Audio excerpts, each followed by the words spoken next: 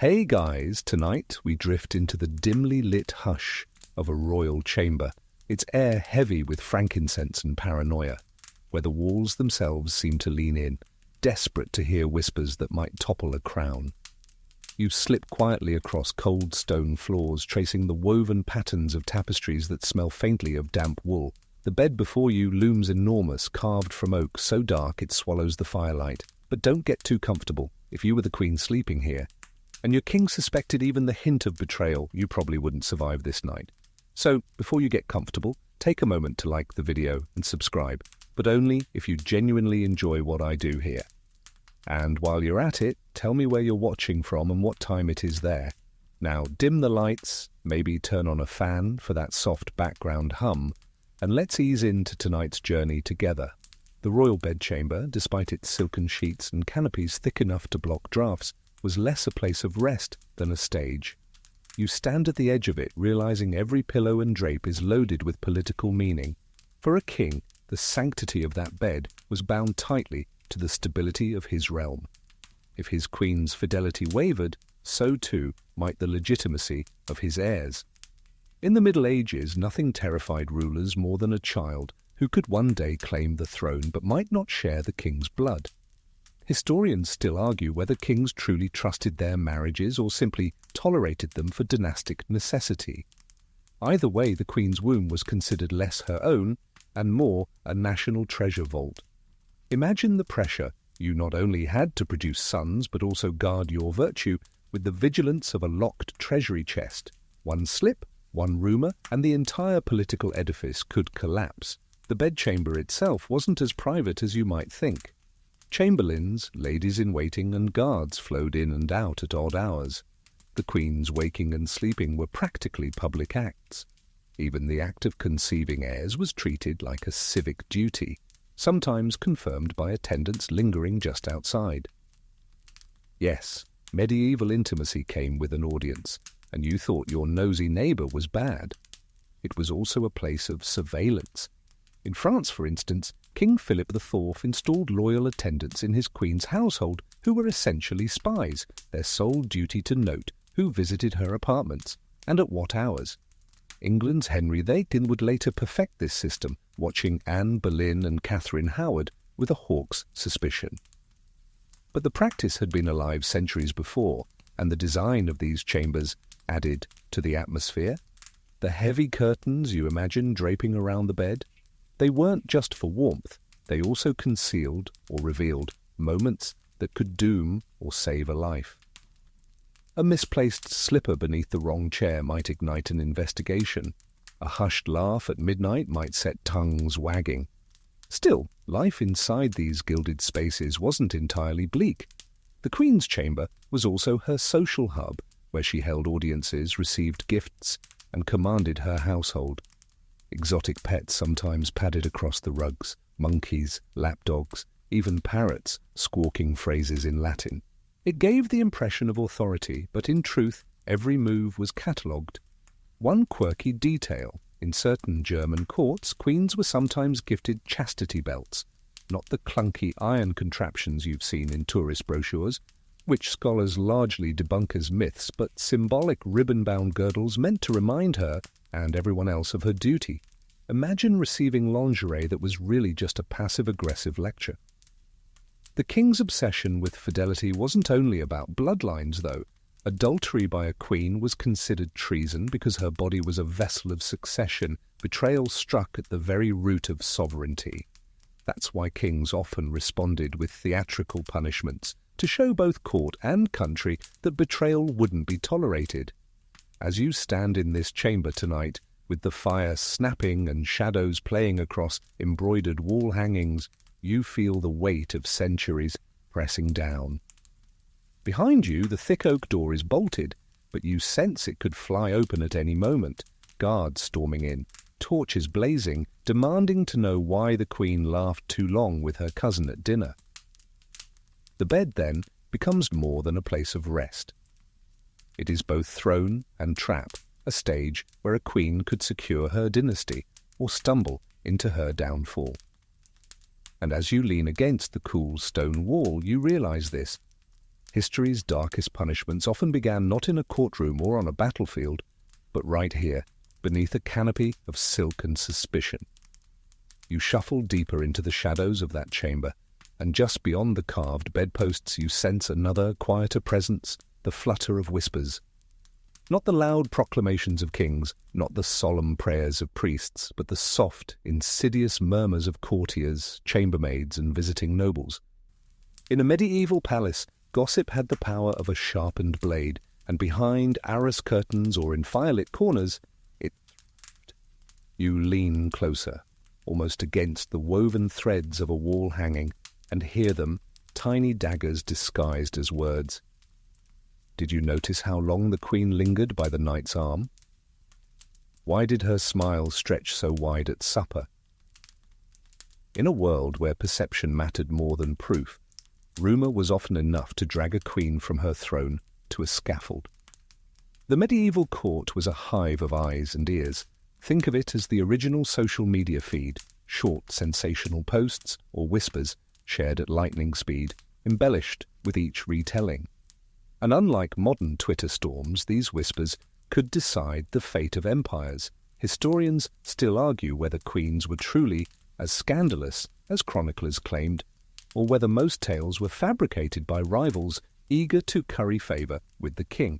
One famous example comes from 14th century France, the Tour de Nesle affair.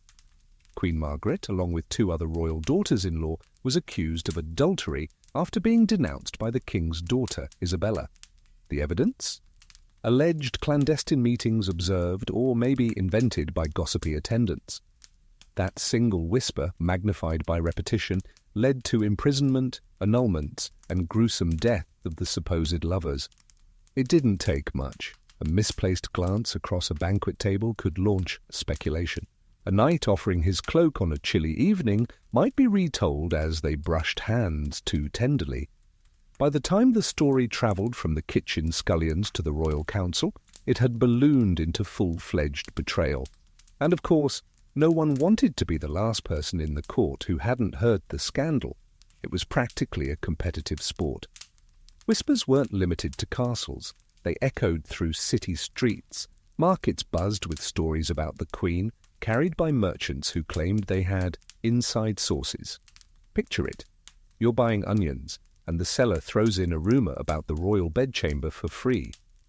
The danger wasn't only inside the palace, it was the ripple of gossip outside that gave kings excuses to act harshly because public perception mattered almost as much as truth. And yet there was a strange entertainment value to it all. Just as you scroll through celebrity news today, medieval peasants and townsfolk devoured tales of royal misbehaviour. The difference? Your favourite actress might get cancelled, but a queen caught in rumour could be cancelled in the very permanent sense of the word. One quirky tidbit, some nobles hired what were essentially professional whisperers, individuals whose only purpose was to spread or stifle gossip. These court busybodies were like medieval PR agents, either inflating a scandal until it reached the king's ears or smothering it before it could ignite. Whether they were paid in coins or privileges, they thrived on drama. You can almost hear the tapestry rustle as another hushed voice threads its way into your ear. A lady-in-waiting remarks, "Her Majesty spent too long in the garden with that minstrel." The chamberlain frowns, pretending to ignore it, but secretly tucking it away like contraband. That's the danger. You never knew which whisper would be weaponized, which murmur would be repeated in just the right ear to ruin you. Kings knew it too. Many monarchs cultivated informants to feed them steady diets of gossip. Henry VIII, famously paranoid, devoured whispers like bedtime stories, and you know how that ended for several of his wives. The truth barely mattered. Once a rumour gained momentum, it was like a snowball rolling downhill, unstoppable until it smashed everything in its path. You glance back at the royal bed, the firelight now low, shadows stretching longer. It occurs to you that the most dangerous sound in this chamber isn't the clank of a guard's sword or the creak of a door. It's that faint hiss of gossip slipping like smoke between tapestries, carrying stories that could end a queen's reign before morning. And the cruelest part? The queen herself could never answer the whispers. Silence was demanded, dignity required. To protest too loudly was to look guilty. To ignore was to risk being thought aloof. Either way, she was trapped in a net of rumor, caught by voices she could neither silence nor escape. So you stay quiet too, letting the murmurs wash over you, realizing that in the medieval palace, truth didn't set you free. It usually set the executioner to work. You ease away from the tapestry, and your gaze falls on figures you hadn't noticed before. Servants moving silently through the chamber, their hands folded neatly, their eyes cast downward. But don't be fooled by the lowered lashes. Chamberlains, ladies-in-waiting, and pages were the palace's unofficial surveillance network. These were the people who saw everything because they were always there. They fetched goblets of wine, trimmed wicks of candles, tucked in velvet draperies, and, when no one thought they were listening, absorbed every word. Imagine living in a world where your maid brushing your hair or your chamberlain fastening your cloak might later testify against you. The Queen's daily life was never truly private. She dressed and undressed under watchful eyes, ate meals flanked by attendants, and even prayed with witnesses nearby. And these witnesses, though sworn to serve, were also bound to the king. Loyalty was fragile when promotions or coin purses depended on whispering the right secrets. Historians still argue whether most queens were undone by their own indiscretions or by the tongues of opportunistic servants. But it's undeniable that servants often became the very evidence a suspicious king needed. For example, in the Tour de Nesle scandal, guards were said to have physically observed the princess's lovers climbing a tower at night. True or fabricated, the account stuck because a servant's word, humble though it seemed, carried damning weight when repeated to a furious monarch. You shift a little closer to one of these chamberlains in your imagination. He stands stiffly at the corner of the bed, pretending to focus on polishing a candlestick. In reality, he's cataloguing who entered, how long they stayed, what tone of voice lingered in the Queen's chamber. Later, he'll report to the King's council. You wonder how many candle polishers were, in fact, secret agents. And it wasn't only men. Ladies-in-waiting were expected to share everything they witnessed, sometimes dressing it up as concern for the Queen's reputation. Picture the Queen leaning close to a knight during a court masque. By morning, her lady-in-waiting has already written a discreet note. "Your Majesty," she smiled with undue warmth. "You thought your group chat was messy?" This was espionage disguised as etiquette. Sometimes kings deliberately planted attendants for this purpose. They didn't even bother with subtlety. A new chamberlain might arrive, introduced with a bow, but everyone knew he was there to watch. In fact, one quirky record from a Burgundian court mentions that chamberlains were instructed never to leave the Queen alone, not even when she was sick. Nothing says healing environment like a spy hovering with a damp towel. It's easy to imagine how paranoia thrived. The Queen's every sigh, her every late-night pacing, could be noted, repeated, twisted. And the servants themselves lived in constant danger. If a chamberlain reported too much, he might be accused of slander. If he reported too little, he risked charges of complicity. It was a medieval lose-lose scenario, like being asked whether the king's new haircut looks good. Say yes, you're lying. Say no, you're dead. And then there were the rare servants who grew attached, who tried to shield their queen by omitting details. Those usually met cruel ends when their silence was discovered. Some were tortured until they named names, their loyalty collapsing under iron pressure. And ironically, the Queen's downfall often began with the very people who had once laced her gowns or brought her sweetmeats at midnight. Think of Catherine Howard, Henry VIII's doomed young wife. She was betrayed by her own lady-in-waiting, Jane Rochford, who confessed knowledge of Catherine's earlier liaisons. Whether out of fear or ambition, the betrayal sealed Catherine's fate. The executioner's axe followed swiftly, and Jane herself wasn't spared in the long run. You lean against the stone wall again, realizing how strange this hierarchy was. Kings could not possibly monitor their wives alone, so they outsourced the surveillance to those closest to the Queen. and in doing so they made her most intimate attendants her greatest threat. The very hands that arranged her jewels were the ones that could twist her fate. The chamber hushes for a moment, firelight flickering across faces too disciplined to reveal thought. But you can almost sense their minds ticking, deciding what to notice, what to report, what might earn them advancement or save their skin. So as you breathe in the smoky air of that royal room, you understand. It wasn't grand councils or papal decrees that first decided a queen's innocence or guilt. It was the servants polishing candlesticks and folding linens, the silent spies of the bedchamber who could doom a dynasty with just a few carefully chosen words. You step from the shadows of the chamber into the long gallery, where stained glass windows scatter pale moonlight across the floor. Here the echoes feel heavier, as if the stones themselves are weighed down by promises, oaths sworn not merely between man and woman, but between monarch and kingdom. In the Middle Ages, royal marriage wasn't just romance, if you can even call it that. It was a political treaty, stitched together with veils and rings binding two dynasties, and with such bindings came expectations so severe you'd think the universe itself would collapse if the queen so much as sneezed in the wrong direction. When a king and queen exchanged vows, it wasn't only before a priest, it was before God, before nobility, before commoners craning their necks at the spectacle. The sacred oaths of marriage were not private words murmured in candlelight. They were public contracts that carried terrifying political weight. Every phrase in the church ceremony acted like legal parchment. With my body, I thee worship, wasn't poetry, it was a royal guarantee. You picture the scene, incense curling toward vaulted ceilings, choirs chanting in Latin, courtiers pressed shoulder to shoulder.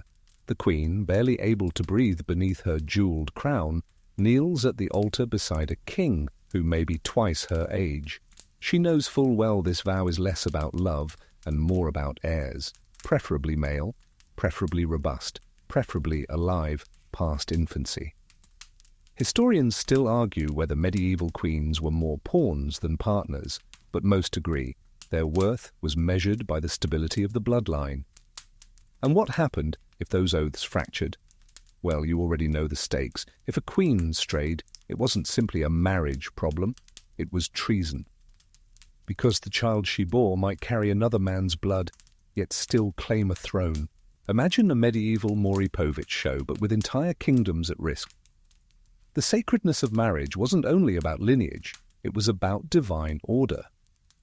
The church hammered home that adultery wasn't just a crime against a spouse, it was rebellion against God. And when that spouse happened to be king, well, rebellion against God and country became indistinguishable. One quirky tidbit, medieval marriage oaths were sometimes reinforced with relics. A queen might swear fidelity while resting her hand on the bone of a saint or a splinter of the true cross. Nothing says, "Don't mess this up," quite like having Jesus' alleged femur sitting on the altar. To break such an oath wasn't only betrayal, it was cosmic blasphemy. Kings, of course, knew the power of ceremony. They flaunted their marriages as sacred spectacles, parading their queens in processions, seating them on gilded thrones at coronations. All of this sent the message, this union is holy, to disrupt it is to disrupt the realm itself. And conveniently, it gave kings a moral excuse for ruthless punishments. After all, they weren't just avenging themselves, they were defending God's will. You trail your fingers along the cold stone wall, feeling the chill seep into your skin, and imagine how suffocating it must have been for a young queen.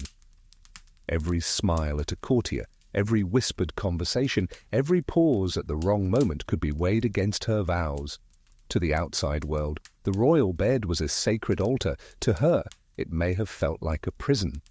Some monarchs leaned harder on this vow-bound sacredness than others. Louis IX of France, canonized as Saint Louis, was said to be obsessed with marital purity, not because he doubted his queen, but because he saw his own sanctity as bound up with hers. Meanwhile, other kings wielded the vows more cynically, dragging them out only when politically convenient. Historians still argue whether the sanctity of marriage was truly believed or just theatrically performed, but either way the queen's body became the battlefield. So you stand here in the echoing gallery, the stained glass casting fractured light on your face, and realize the vows spoken in the soaring chapel didn't fade once the candles burned down. They lingered, pressing like chains around the Queen's throat, reminding her that she wasn't only a wife, she was a vessel of God's order. And when that order was suspected of breaking, that's when kings sharpened punishments, cloaked not only in jealousy, but in divine righteousness. It wasn't just, "You betrayed me," it was, "You betrayed heaven." And heaven in the Middle Ages was a frighteningly efficient prosecutor. You walk further along the gallery, the torchlight flickering against grim portraits of queens long gone.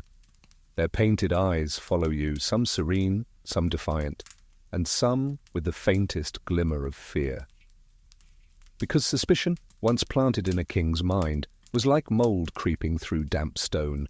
It spread silently, feeding on the smallest signs until the entire edifice of trust rotted away. It often began with something trivial. A queen paused too long during a dance, her hand resting lightly on a courtier's arm. A knight bowed, and his eyes lingered a fraction longer than protocol allowed. The king, seated high above, might notice. Or worse, someone whispered it in his ear later. You probably know this feeling. Once doubt takes root, every glance, every laugh, every absence starts to look like proof. Multiply that paranoia by the weight of an empire, and you'll see why medieval suspicion could turn lethal. Historians still argue whether kings genuinely believed the rumors or simply used them when politically convenient. Was it love curdled into jealousy, or cold calculation masquerading as outrage? Either way, once suspicion stirred, it was almost impossible to silence. You stop at a window where the night air seeps through cracks in the leaded glass.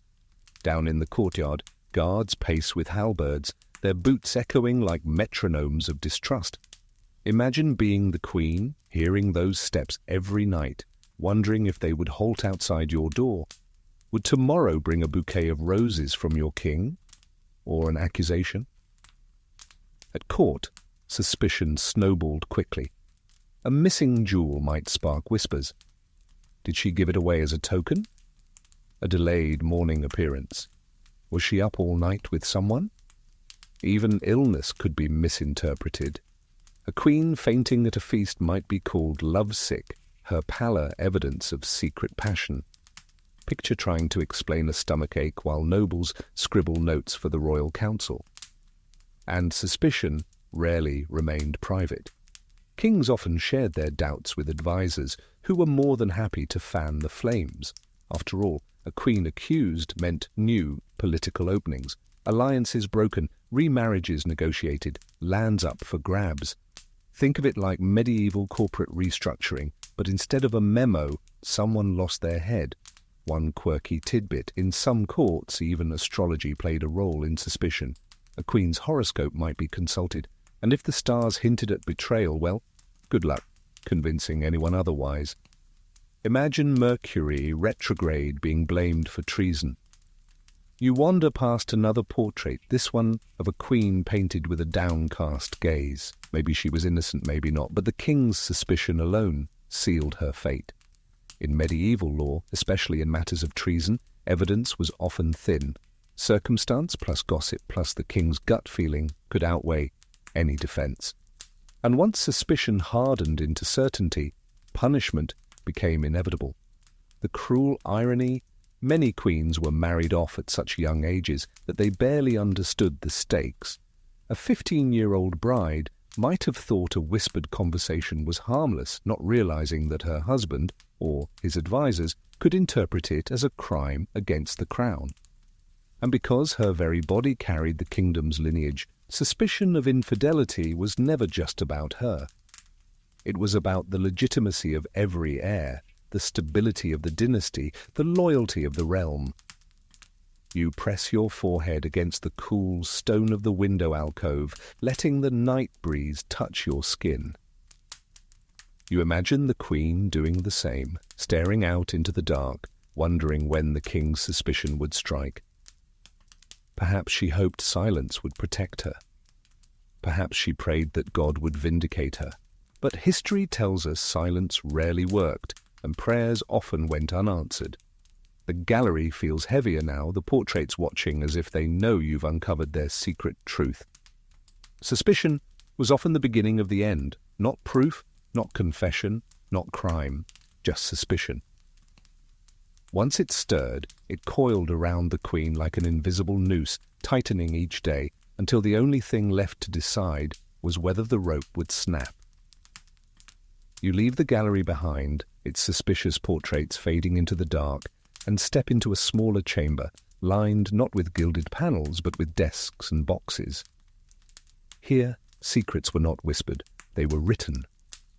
The faint crackle of parchment, the scratch of quills, the scent of sealing wax. This was the world of clandestine letters, a dangerous game where ink could be more lethal than steel. You run your fingers across a chest of correspondence, feeling the brittle edges of folded vellum. Queens, like everyone else, craved intimacy, but unlike everyone else, their longing had to be concealed beneath layers of wax seals, secret codes, and messengers who might, or might not, betray them. Historians still argue whether the majority of these incriminating letters were genuine or forged by scheming courtiers. After all, how convenient for a jealous king to suddenly discover a note proving infidelity. Yet the risk was real. Writing was the one indulgence many queens couldn't resist. The thrill of addressing someone in private, of putting into words what they dared not say aloud, became the most dangerous temptation of all. You picture a queen hunched over a candlelit desk, ink staining her fingers. She drafts a note, perhaps innocent, perhaps not. The garden blooms tonight. Meet me where the roses climb. Innocuous enough, unless a chamberlain intercepts it.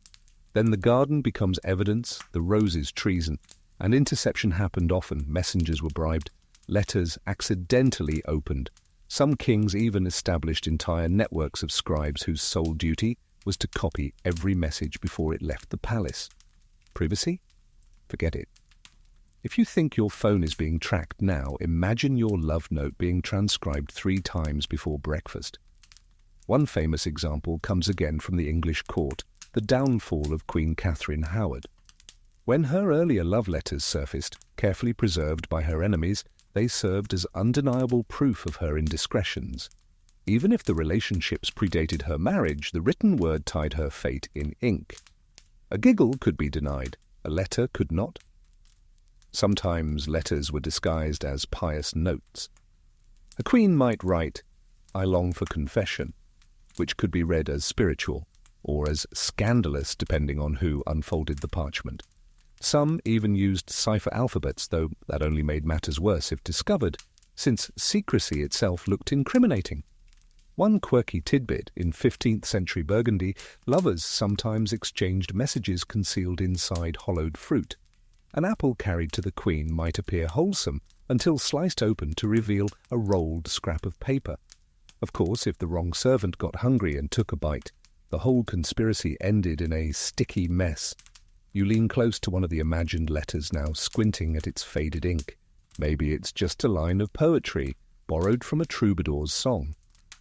Or maybe it's a confession of desire, intended for one pair of eyes only. Either way, once discovered, it becomes a weapon, and discovery always led to spectacle. Kings relished producing letters as courtroom exhibits. Picture it: nobles assembled in candlelight, the parchment held high, the words read aloud with damning emphasis. The Queen's face burns as her private thoughts are dissected by the very men who once bowed to her. Historians still argue how many of these letters truly captured illicit passion and how many were clever forgeries. But in the medieval imagination, truth hardly mattered. The mere existence of words on a page was enough to condemn. You take a step back from the chest, the air thick with wax and ink, and realize that in these walls, silence might have been safer than speech. But even silence could be twisted. Why does she write to no one? What is she hiding? Damned if you do, damned if you don't. The candle flickers low, and you can almost hear the rustle of parchment carried swiftly down a corridor, destined not for a lover's hand, but for a king's wrath. In the end, it wasn't steel that toppled queens most often. It was the fragile scratch of quill on parchment, the sound of secrecy undone. You drift from the letter-strewn chamber into a corridor where the air feels taut, as though the stones themselves are holding their breath. Ahead, the door to the Queen's apartments bursts open in your imagination, not with the polite knock of a servant, but with the heavy slam of boots and the flare of torchlight. This was the nightmare of many queens, the night raid of a jealous king. You can almost see it unfold. The Queen is half asleep, her hair undone, the silk sheets twisted around her legs. The candles burn low, casting a soft, harmless glow, until the door crashes open. Guards pour in, halberds gleaming, chamberlains scurrying behind them like shadows.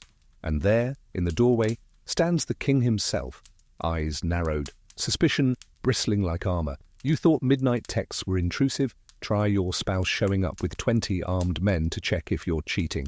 Historians still argue whether these midnight inspections were genuine fits of jealousy or carefully staged theatre.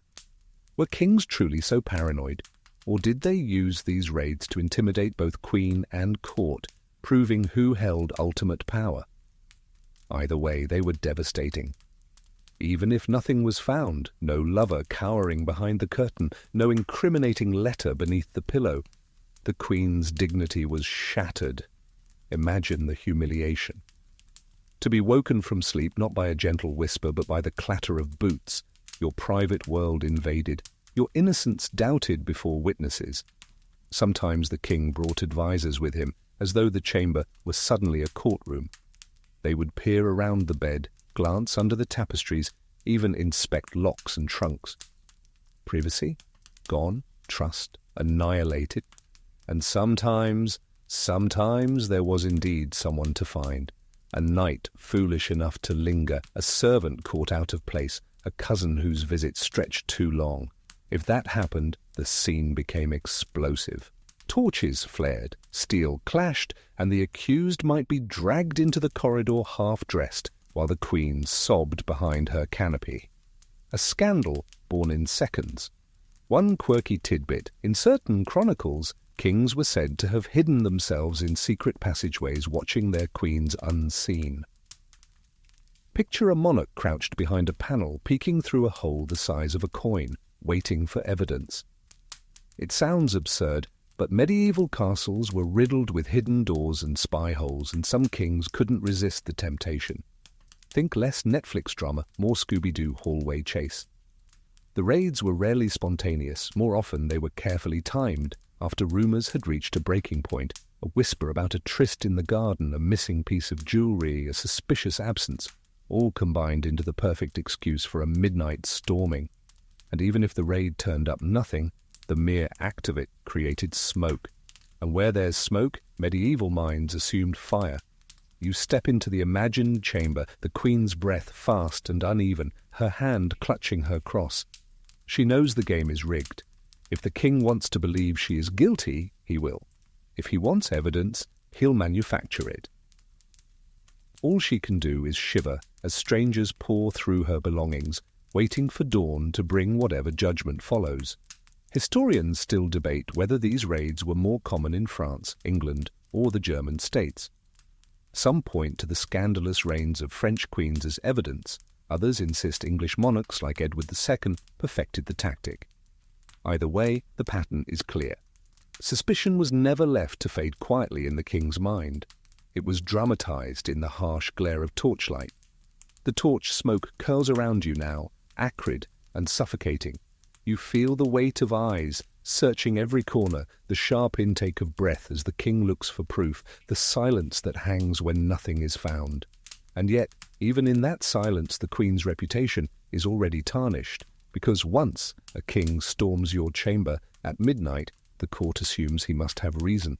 So you linger in the doorway, listening to the fading clatter of boots retreating into the night, knowing that for a medieval queen, the true terror wasn't the raid itself. It was what followed, the endless questions, the sideways glances, the unshakable stain of suspicion that no dawn could wash away. The torches fade, the boots retreat, but the echoes never leave. You follow them into a hall where benches line the walls and shadows gather like wary spectators. Here, suspicion transforms into performance. The trial staged in candlelight. You picture it clearly. Long oak tables groan under the weight of law books, charters, and goblets of watered wine. Nobles crowd in, their jewels glinting like watchful eyes, while clerics clutch their rosaries and whisper prayers. At the far end, raised just high enough to remind everyone of his authority, sits the king, or, in some cases, his chosen council. The queen, stripped of her silks and jewels, stands in the middle like a criminal on display.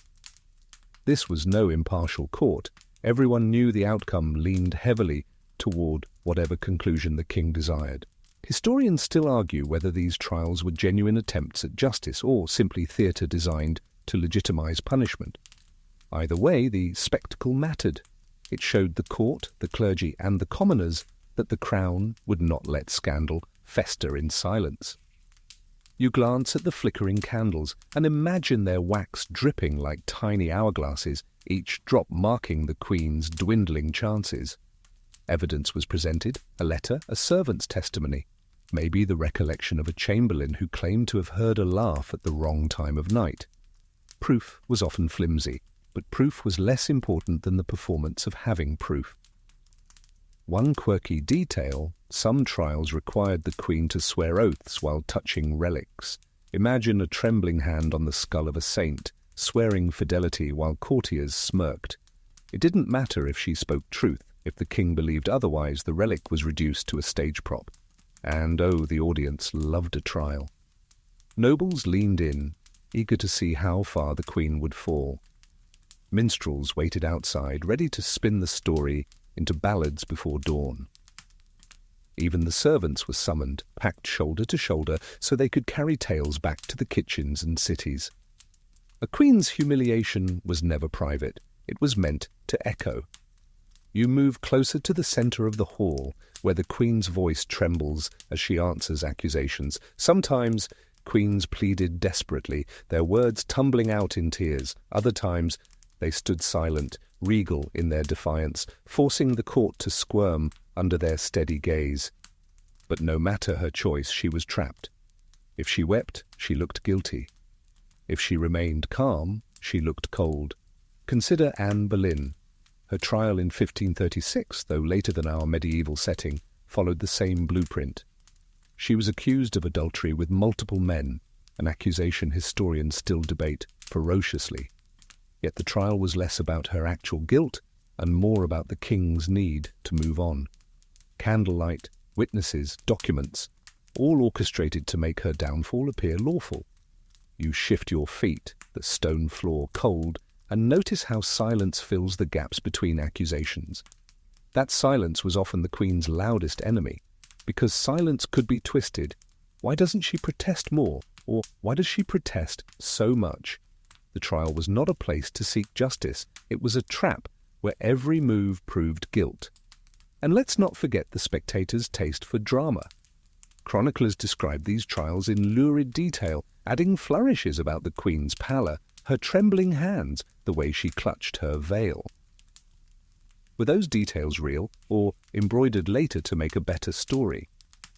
Historians still argue, but either way the image stuck.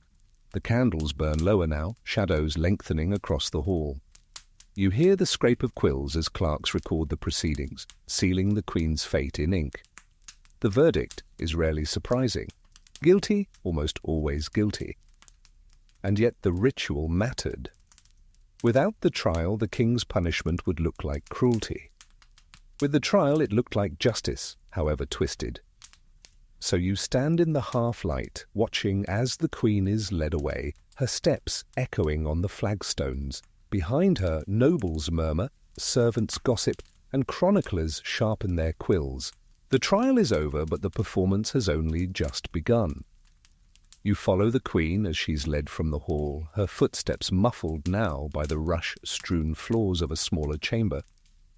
The air here is different, close, heavy, stinking faintly of tallow and sweat. This is no grand courtroom anymore. It's the place where confessions are drawn, sometimes willingly, often not. You glance around and see the tools of persuasion, not always racks and whips, but subtler devices, quills, ink, and clerks ready to record whatever words tumble from her lips. In theory, a queen's confession should be voluntary. In practice, well, let's just say voluntary was stretched beyond recognition. The pressure began long before any physical threat. Clerics urged the queen to cleanse her soul, to admit sin for the sake of her immortal life. They spoke of hellfire and damnation, their voices low, persuasive, coaxing. Advisers hinted that a soft confession might mean a gentler punishment, perhaps exile instead of death. Even her ladies-in-waiting might urge her, "Confess, my lady, for mercy's sake." Historians still argue whether these confessions were genuine admissions of guilt or desperate fabrications whispered to end the torment. After all, when your choices are between silence and the sword, truth tends to get blurry. And yes, sometimes harsher methods were used. Queens weren't always stretched on racks like common criminals, but they could be isolated, deprived of food or warmth, kept in darkness until their minds unraveled. Imagine sitting alone in a damp cell, the drip of water marking time, your only visitors the clerics reminding you that salvation required confession. After a few nights of that, even innocence might bend. One quirky detail, some confessions were taken in bed. Not the queen's luxurious canopied bed, but a narrow pallet in confinement. Officials would crowd the chamber, quills scratching, while she muttered words half asleep, half dreaming, and those half-dreams could be twisted into binding evidence. Imagine being judged for the things you said while half-dozing at 3 a.m., and you thought sending sleepy texts was bad. You lean against the cold wall, watching as the queen lowers her head, her voice barely audible. Perhaps she admits to nothing, only to sinful thoughts. Perhaps she names no lover but confesses to weakness of heart. To the clerks, that's more than enough. The record doesn't need passion or detail, only words that can be spun into guilt. But sometimes queens refused to bend. Eleanor of Aquitaine, centuries before, was accused of treachery while imprisoned by her husband, King Henry II. Though not punished for adultery directly, she resisted confessions despite years of confinement. Her silence became her weapon. Historians still debate whether her resilience inspired later queens to hold firm. Yet, silence was rare. More often, the queen's words, true or not, were shaped into a confession. And once ink touched parchment, the die was cast. A written confession gave kings the legitimacy they craved. They could parade it before councils, wave it before nobles, and declare, "See, she admitted it herself." The air feels tighter now, as if the chamber is closing in around you, closing. You hear the scrape of a chair, the shuffle of quills, the faint sob of a woman who realizes that her words, whispered under duress, have become the very chains sealing her fate. You step back, heart heavy, knowing the cruel paradox. Confession rarely saved the queen. It only made her punishment cleaner, swifter, easier for the king to justify. And so, in these dark chambers, truth was less important than the performance of guilt, drawn out in candlelight, etched forever in ink. You step into a vaulted chamber where the air feels both stale and buzzing. This is where royal councils gathered to weigh not only the queen's fate, but the image of the entire crown. The long oak table stretches before you, cluttered with scrolls, wax seals, half-drained goblets, and the palpable tension of men who know their words might topple a dynasty. At first glance, it looks like any meeting of advisers. But listen closely. The whispers here are sharper, edged with ambition and fear. Some councillors argue for mercy, their voices cautious, reminding the king that punishing a queen too harshly could destabilize alliances with her family's powerful house. Others push for severity, eager to display loyalty as though each call for punishment proves their own purity. You lean against a pillar, hearing the clash of perspectives. A bishop speaks of sin, warning that adultery in a queen was rebellion against God himself. A duke, with lands bordering the queen's homeland, argues that clemency might preserve peace. Meanwhile, the king listens, face inscrutable, enjoying the spectacle of noblemen twisting themselves into knots. Historians still argue whether kings ever intended to heed these counsels, or whether they used them simply as a stage to make punishment look like consensus. The council's debates weren't only moral, they were strategic. If the queen came from a powerful dynasty, too harsh a sentence could provoke war, too lenient, and the king looked weak. You can almost see the scales tipping back and forth, diplomacy against dignity, politics against personal vengeance. It's less about truth and more about optics. One quirky tidbit: records from some councils note the serving of food and wine during these grim debates. Imagine deciding a queen's fate while gnawing on roasted quail and sipping claret, nothing like a side of treason with your dinner. The arguments could stretch for hours, even days. Clerics invoked scripture, nobles cited precedent, chroniclers scribbled eagerly, knowing they were writing lines that would echo for centuries. Some compared the queen's supposed sins to infamous biblical women, Delilah chick Jezebel, framing her as a cautionary tale. Others tiptoed toward sympathy, pointing out that suspicion wasn't proof, but in the candlelit air, sympathy rarely held sway. You watch the king lean back, letting his counselors circle each other like hunting dogs. He knows their words won't change his decision, but they will provide him with cover. Later he can say the council advised it, as though shifting blame onto the collective. And the councilmen, for their part, play along, knowing that being seen as too merciful or too cruel could cost them favor or their heads. Historians still argue whether these councils were genuine power-sharing or merely rubber stamps. What's clear is that the queen's voice was never in the room. She waited elsewhere, perhaps in prayer, perhaps pacing her chamber, while men debated her honor as casually as they discussed border disputes. The air grows heavy, the torches dim. One councillor clears his throat, declaring that for the good of the realm, an example must be made. Another murmurs assent. Slowly, agreement thickens like tar until the decision is clear. Exile, humiliation, or death, each fate polished with legal varnish, each justified by the collective will. You step away from the table, hearing the scrape of chairs as the council rises. Their verdict isn't shouted, it's murmured, folded into parchment, sealed with wax.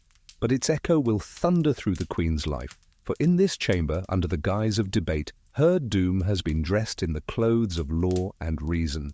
You follow the murmured verdict out of the council chamber and into a colder, bleaker world.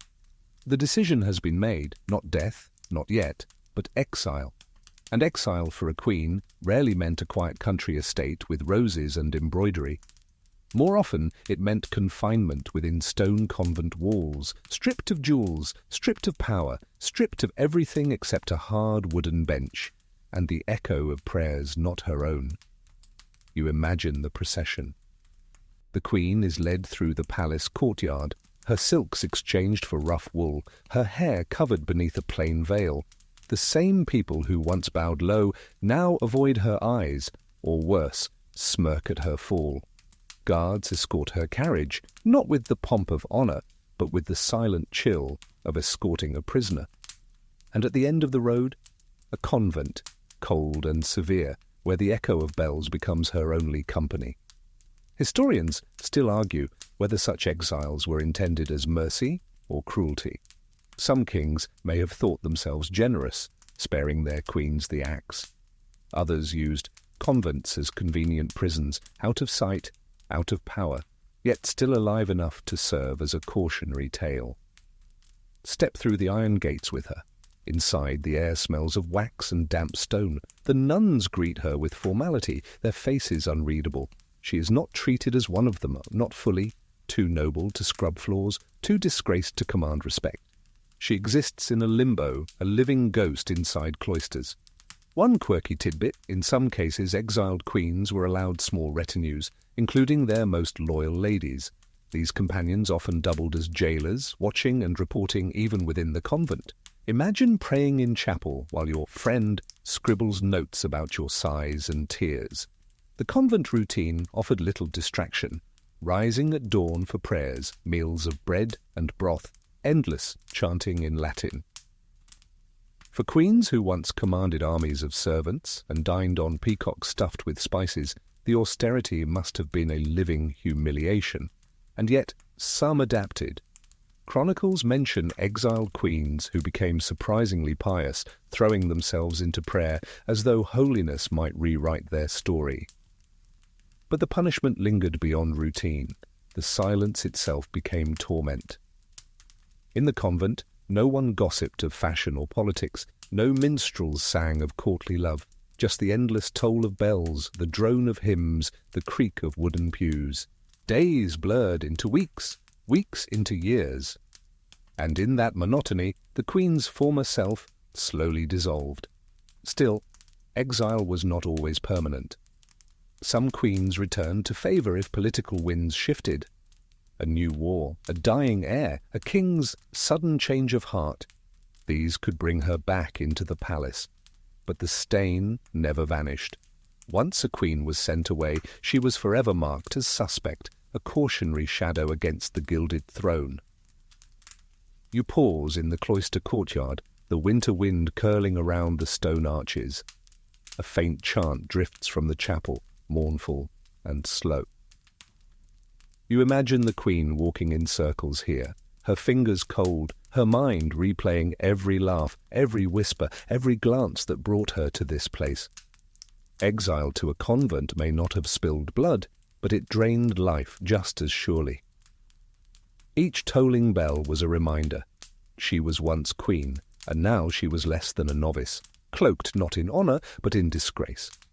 The convent gates may have swallowed some queens quietly, but others faced punishment in full view of their kingdoms. You step now into the cobbled streets of a medieval city, the air sharp with smoke and sweat, and hear the low roar of a crowd gathering. This isn't exile. This is spectacle, parading guilt through cities, turning a queen's humiliation into a warning carved into memory. Imagine it, the once revered queen seated not on a gilded litter but on a shabby cart, jolting over uneven stones. Her fine silks are replaced with coarse linen, her jewels gone. Instead, a rope circles her waist, a crude leash held by guards. People surge forward to gape, to jeer, to spit. Children are lifted onto shoulders to see the fallen woman, while peddlers shout, selling roasted chestnuts as if this were a fair. Historians still argue whether such processions were rooted in justice or sheer political theatre. Some chroniclers claim they were necessary deterrents, showing that even royalty wasn't above the law. Others insist they were carefully staged humiliation, designed to purge a king's anger while feeding the mob's appetite for drama. The queen's face is pale beneath her veil, her eyes fixed on the ground. She knows that every glance upward will be twisted into arrogance. If she weeps, she looks weak. If she doesn't, she looks unrepentant. It's a performance she cannot win. The procession winds past marketplaces where merchants pause mid-sale, fishmongers holding dripping nets, bakers wiping flour from their hands. They all stop to watch. For them, this is history happening in real time. The lesson is clear. If a queen can be brought this low, what chance does anyone else have? One quirky tidbit. In certain cities, condemned women were forced to ride backward on donkeys during these parades, symbolizing their upside-down morality. The spectacle was half moral sermon, half slapstick humiliation. Picture a queen clinging to a donkey's mane, sliding awkwardly, while the crowd laughs and throws pebbles. The route was deliberate. These parades passed not only through crowded streets, but past cathedrals, so that the church, too, bore witness. Sometimes officials read aloud her alleged sins at each stop, as though carving the charges into the air itself. And each retelling grew harsher. She betrayed the king with one man became, she betrayed him with many. Truth diluted into theatre. You step aside as the cart rattles past. The queen's veil flutters in the wind, her knuckles white where she grips the rough wood. Some in the crowd pity her, you see it in their lowered gazes, in the furtive signs of the cross. Others revel in her disgrace, shouting crude jokes, as if her downfall were sport. And above them all, guards march grimly, ensuring no hand reaches out to rescue her. Historians still debate how often queens faced such public parades versus quieter punishments like exile. Surviving records suggest they were rare, precisely because they were so shocking. But their rarity made them unforgettable. Chroniclers seized on the drama, and ballads soon followed, carrying the queen's humiliation to villages that had never seen her face. By the time the cart reaches its final stop, perhaps the convent gate, perhaps the scaffold, the queen is already destroyed in the eyes of her people. Whatever comes next is almost irrelevant. The parade itself has achieved its purpose, a living lesson etched into cobblestones, replayed in taverns and marketplaces for decades. You remain in the square as the crowd disperses, the dust settling where the queen's cart once rolled. The silence afterward is almost eerie. For all its noise, the spectacle leaves behind, not triumph, but unease. Everyone returns to their lives, but each carries the same thought home. If a queen can fall, who among us is safe? The cart has rolled away, the jeers have faded, and yet the punishment lingers, not with shackles or swords, but with scissors. You follow the queen into a dim chamber, where attendants approach with solemn faces, carrying shears glinting in the candlelight. Here begins one of the most enduring marks of disgrace, hair shorn and veils imposed. You stand close enough to hear the first lock fall. The sound is quiet, almost tender, but its meaning is brutal. In medieval society, a queen's hair was not merely decoration, it symbolized vitality, beauty, and status. Long, flowing tresses were celebrated in poetry and portraiture, a crown beneath the crown. To cut them off was to strip away dignity itself.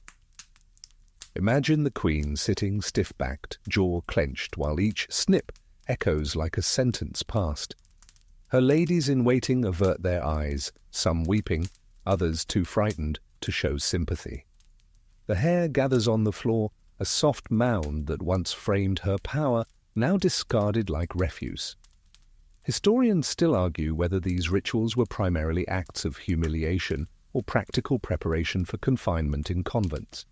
Likely, they were both. Once shorn, the queen's head is covered, not with a jeweled headdress, but with a plain veil, heavy and plain, the fabric of penitence. Where once pearls and rubies glittered, now coarse linen clings to her scalp. The transformation is complete, from monarch to penitent, from sovereign to sinner. One quirky tidbit. In some traditions, the hair wasn't merely discarded. It was displayed, burned, or even sent to the king as proof of punishment. Imagine receiving a bundle of hair tied neatly with ribbon, like a grotesque trophy of loyalty regained. You step back as the queen rises, her veil already slipping into place. She glances toward a mirror, rare in these times, polished metal rather than glass, and sees not herself, but a stranger. That simple cloth erases her identity more thoroughly than any trial or parade. Outside the chamber, people will whisper of her shorn head. The story will spread. Did you hear? They cut off the queen's hair. And in that retelling, her disgrace multiplies. For in medieval minds, a woman's beauty was bound to her virtue.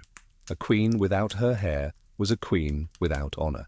Historians still debate the psychological impact of such punishments. Was it worse than exile, worse than public procession? Some suggest it was precisely this quiet humiliation, carried daily on the body, that broke queens more than any noisy spectacle. Unlike parades or trials which ended, the veil never came off. You trail behind as the queen walks slowly through a cloister, her new veil rustling faintly. Children peep from doorways, servants glance and look away. Every eye she meets is a mirror of her fall. And unlike the jeering crowd, these gazes cut deeper because they are silent. The punishment seems small compared to flames or steel, but its endurance is crueler. Hair grows back, yes, but not the same. And the veil, once imposed, becomes a permanent costume.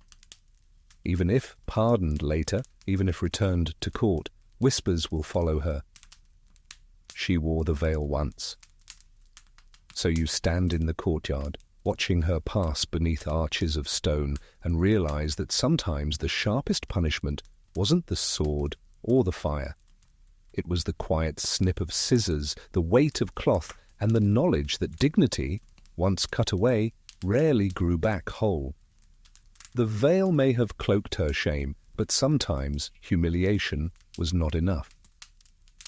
You step now into a square thrumming with anticipation, where wooden beams rise against the skyline and the scent of pitch hovers in the air. The scaffold looms, not a place of honor, but of theatre. Picture it, carpenters hammering boards into place, each strike echoing across the marketplace. Torches flare along the perimeter, their smoke curling into the dusk. Vendors push through the crowd with pies and ale, as if today's grim business were just another fair. For medieval cities, executions weren't only punishments, they were events, mass spectacles where morality, politics and entertainment braided together. And when the condemned was a queen, the drama reached its highest pitch. You stand among the throng, the murmurs swelling like a tide. Will she confess? Will she curse the king? Children sit on shoulders, hawkers sell keepsake wood chips carved from the scaffold steps. Some attend for justice, others for gossip, and many simply for spectacle. Historians still argue whether these public executions were meant to terrify subjects into obedience or to reassure them that justice, however brutal, was being served. Likely it was both. The queen ascends the steps, her veil fluttering in the wind. Guards flank her, their armor gleaming. She no longer looks like the woman who once sat crowned in the cathedral. She looks small, pale, swallowed by the structure towering around her. The crowd hushes, eager to drink in her final words. Sometimes queens spoke bravely. Anne Boleyn, though later than the high medieval era, famously addressed the crowd with composure, praising her king even as he condemned her. Others broke down, sobbing or refusing to speak, their silence filled by the jeers of onlookers. Either way, the scaffold magnified their humanity and their downfall. One quirky tidbit: at certain executions, minstrels were hired to play mournful tunes as the condemned approached. Imagine flutes and lutes, trilling ironically cheerful notes, while a queen shuffled toward death. It was part ritual, part macabre entertainment. From where you stand, the queen's breath trembles in the cool evening air. She might declare her innocence, begging God to judge her true, or she might confess, hoping her humility softens the edge of eternity. Whatever she says, scribes will record it, and chroniclers will embellish it, ensuring her final words ripple far beyond this square. The executioner waits, masked or hooded, his blade polished to a mirror shine. He shifts his weight, testing the wood beneath his boots. Even he is part of the performance, a figure who must be both terrifying and efficient. The crowd watches his every movement, for one slip of the blade could turn solemn justice into a farce. Historians still debate how much pity the common people felt in such moments. Some accounts describe weeping crowds moved by the Queen's grace. Others tell of jeers and laughter, eager to see power brought low. Perhaps both were true, sympathy and cruelty mingling in the same square. The torches flare brighter now, and you feel the hush settle like a blanket. The scaffold, once an empty frame of wood, has become a stage upon which the most powerful woman in the realm is reduced to one trembling figure. And as you stand in the press of the crowd, the truth settles heavy. Punishment wasn't only about ending her life. It was about showing everyone who ruled, who judged, and who held the power to strip a queen of crown, dignity, and breath in front of them all. The scaffold creaks, the crowd holds its breath, but sometimes the spectacle didn't end with wood and rope. You move closer, and the smell of pitch thickens, the unmistakable scent of fire prepared for its work. When kings sought not only justice but absolute erasure, they condemned adulterous queens to the flames. You picture the pyre rising in the square, a mound of dry wood, bundles of kindling stacked high, ropes dangling like grim invitations. Guards pace with buckets of pitch, splashing the logs to make sure no ember falters. It is not merely execution, it is purification. Fire, in the medieval imagination, scoured sin from flesh and spirit alike. To burn a queen was to burn treason itself. The crowd surges forward, pressing close despite the heat. Vendors sell hot wine, children shriek with nervous laughter, dogs bark at the sparks. Historians still argue whether these fiery executions were common or rare, but the few that occurred seared themselves into collective memory. Nothing proclaimed royal betrayal louder than the blaze of a queen's body against the night sky. The queen is led forward, her veil fluttering, her shorn hair catching the torchlight. Bound in plain cloth, she looks less like a monarch and more like a penitent. Yet even now her presence commands attention. The people fall into uneasy silence, watching her step onto the pyre. One quirky tidbit: in some cases, barrels of gunpowder were hidden among the logs, meant to hasten death in a single explosion of smoke. The official reason was mercy. The unofficial: to make sure the Queen's agony didn't drag on too long and sour the crowd's excitement. Imagine waiting for your finale and hearing a muffled boom beneath your feet. The bishop steps forward, chanting prayers, his voice rising over the crackle of torches. The king himself may or may not appear, sometimes too cowardly to face the scene, sometimes eager to watch. Either way, the symbolism is clear. Betrayal of the royal bed is betrayal of the crown, and betrayal of the crown must be consumed by fire. You edge nearer, feeling the heat sting your cheeks. The queen's lips move, perhaps in prayer, perhaps in defiance, but the words vanish in the roar of the crowd as the torches are thrust into the wood. Flames leap instantly, devouring straw, racing up the timbers. Smoke billows acrid and thick, clawing at the sky. The crowd gasps, some crossing themselves, others shouting curses. A few cheer, but more simply stare, transfixed by the raw spectacle. For them, this is more than punishment. It is theatre, morality play, political lesson. The fire dances not only on wood, but in their memories, carried back to their homes, where it will be retold for generations. Historians still debate whether burning was chosen for its moral symbolism or its sheer intimidation. Likely, both. Fire erased the body entirely, leaving no relics, no grave to inspire pity or rebellion. The queen was not just killed, she was obliterated, reduced to ash that scattered on the wind. You step back as sparks swirl upward, glowing embers vanishing into the night. In that moment, you feel the weight of the punishment, not just death, but erasure. The queen's name will live on in whispers, but her body, her dignity, her presence, all consumed in one merciless blaze.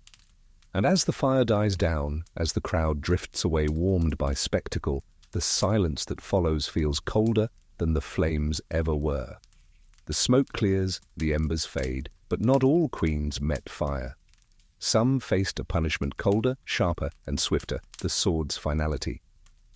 You step into a courtyard paved with worn stone, where the scaffold rises not with logs and pitch, but with a clean wooden block and a single gleaming blade.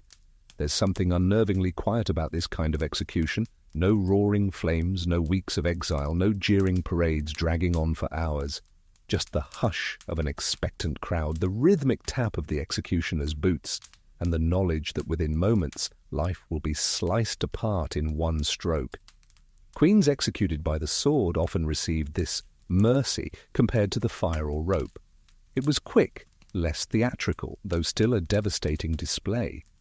Historians still argue whether kings granted the sword out of lingering affection, political calculation, or sheer pragmatism. After all, a swift execution left fewer chances for scandalous spectacle to go awry. You picture the queen stepping forward, her veil lifting slightly in the breeze. She kneels gracefully, perhaps even relieved that the waiting is over. In some cases, the block is there. In others, like Anne Boleyn's famed beheading, the executioner uses a sword instead of an axe, requiring her to kneel upright without support.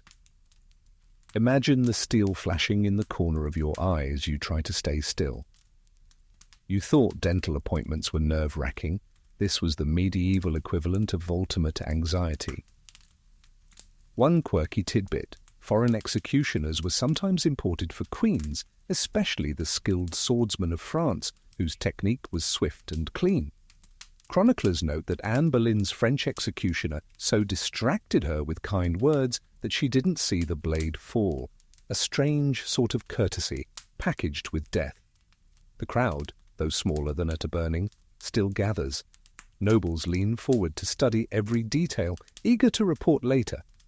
Did she look composed? Did she tremble? Did she forgive her king or curse him? Even here, the queen's final moments are judged like a performance.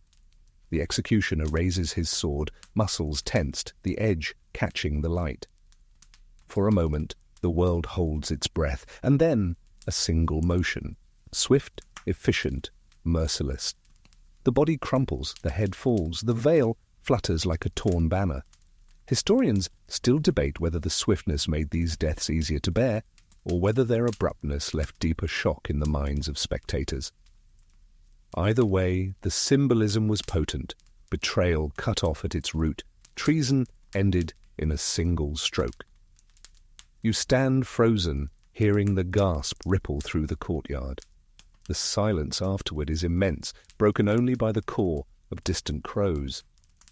The queen is gone, the blade wiped clean, the block stained faintly darker.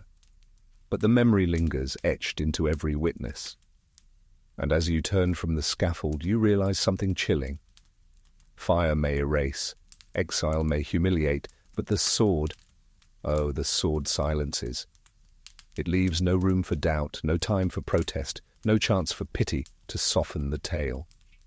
Just a clean end, sharp as steel, echoing long after the blade has been sheathed. The blade may have fallen, but the consequences didn't stop there. You walk through a narrow passageway into a quieter chamber where the shadows feel heavier, as if burdened with secrets no one dares to speak aloud. Here lies one of the cruelest truths: children caught in disgrace. When a queen was accused of adultery, it wasn't only her own life that hung in the balance. Her children, the very reason queens were married in the first place, suddenly became suspects. Was that boy truly the king's son? Was that girl carrying the blood of the dynasty or of some nameless courtier? In a world obsessed with lineage, a single doubt could unravel generations of inheritance. You pause at the sight of a nursery in your imagination, carved cradles, toys scattered on the floor, the faint smell of milk and lavender. A nurse hushes a child to sleep, but outside the door, whispers rage. Does he look like the king? Do you see his nose? In those whispers, futures were made or destroyed. Historians still argue whether kings genuinely doubted their heirs, or whether such doubts were politically convenient excuses to disinherit troublesome lines. But once suspicion took root, the children bore the stigma as surely as their mothers. Some were quietly removed from succession, declared illegitimate with the stroke of a quill. Others were packed off to monasteries or convents, their royal blood treated as a threat to stability. Imagine growing up knowing you were once destined for a crown, and now destined for a cloister's silence. And not all were so lucky. In some darker chronicles, children of disgraced queens simply vanished from the record. Whether by illness, exile, or more deliberate means, remains a matter historians still debate. The line between accident and design was thin when a throne was at stake. One quirky tidbit.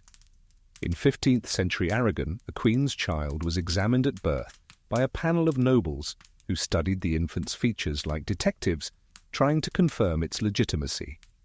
Eyebrows, ears, even the curve of the chin were compared to the king's. Talk about awkward baby photos. You linger near the imagined cradle, watching the child breathe softly, unaware of the storm raging outside the nursery walls. To you it is just an innocent life. To the court it is a question mark, a potential threat, a possible fraud. And the cruel irony, the child never chose any of this, they simply existed. When queens fell, their children carried invisible scars. Even if they survived, whispers clung to them for life. Rivals could always resurrect the old scandal. Is he truly the king's son? that doubt was enough to undermine marriages, alliances, entire reigns.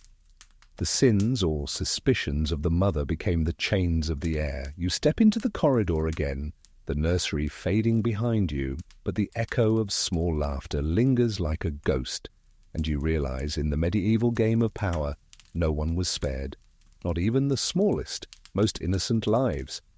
The Queen's disgrace was never hers alone. It rippled outward, touching her children, her dynasty, her entire realm.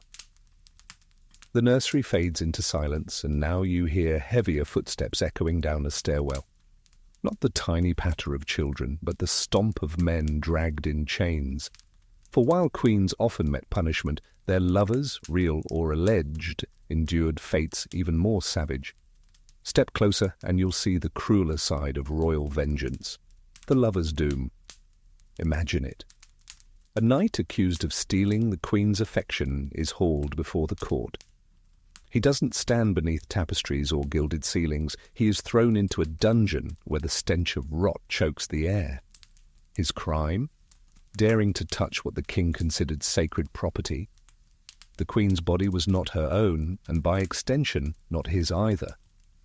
Historians still argue whether lovers were truly guilty or framed as scapegoats, but the punishments left no ambiguity. These men rarely escaped with exile. They were spectacles, examples made of flesh, drawn through city streets, jeered, spat upon, tortured, until their screams filled the air. If the Queen's punishment was humiliation, his was obliteration. You can almost hear the crack of whips, the groan of wooden wheels as prisoners are dragged to execution sites. Some were hanged, quartered, or flayed, punishments reserved for traitors. Because that's what adultery was considered. Treason against the crown. And treason had only one outcome, one quirky tidbit. In the infamous Tour de Nesle scandal, the accused lovers of the French princesses were said to have been flayed alive before being executed. Chroniclers may have exaggerated, but the tale spread like wildfire, cementing the idea that touching a royal consort wasn't just risky, it was suicidal. Picture the scene. The Queen's lover, stripped of armour and dignity, tied to a post in the marketplace. The crowd presses close, eager for blood. He may protest his innocence, or he may confess in desperation. Either way, it doesn't matter. His fate is already sealed. The executioner sharpens his blade, and the king ensures everyone watches. The message is clear. If you so much as dream of the Queen, prepare to die screaming. You shift uncomfortably as the imagined spectacle unfolds before you. The crowd roars, half in horror, half in glee.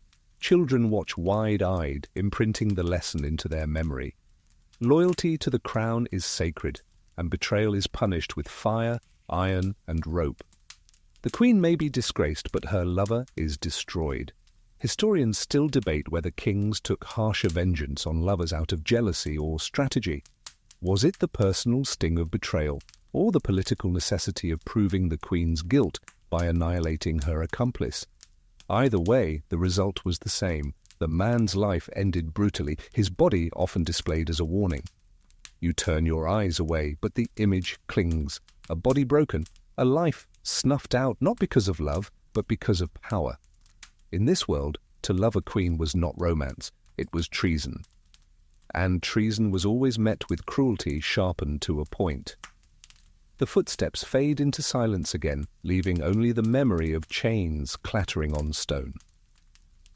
You realize then that in the grim ledger of punishment, the Queen lost her dignity, but her lover lost everything.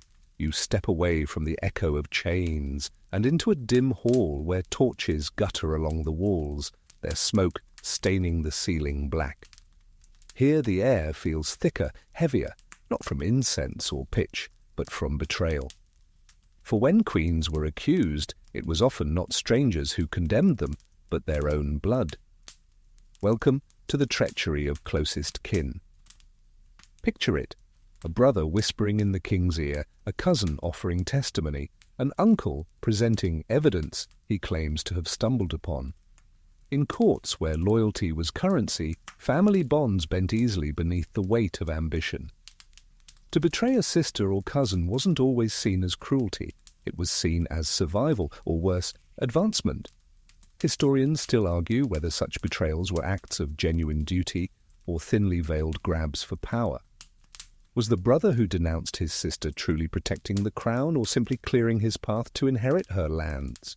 Was the cousin who swore to seeing her with a lover motivated by loyalty or by envy at being overlooked? You walk deeper into the hall, imagining nobles clustered in corners, their voices low. Yes, I saw her slip into the garden. I heard her laugh too warmly. And when pressed, these whispers harden into sworn testimony. The sting lies not only in the words, but in the faces delivering them, faces the Queen once trusted at her own table. Take, for example, Isabella of France, who famously exposed her sisters-in-law in the Tour de Nesle scandal. Her accusations shattered marriages, destroyed reputations, and led to brutal executions. Historians still debate her motives. Was she avenging personal slights or maneuvering to strengthen her own position? Either way, her kinship didn't soften the blade of her betrayal.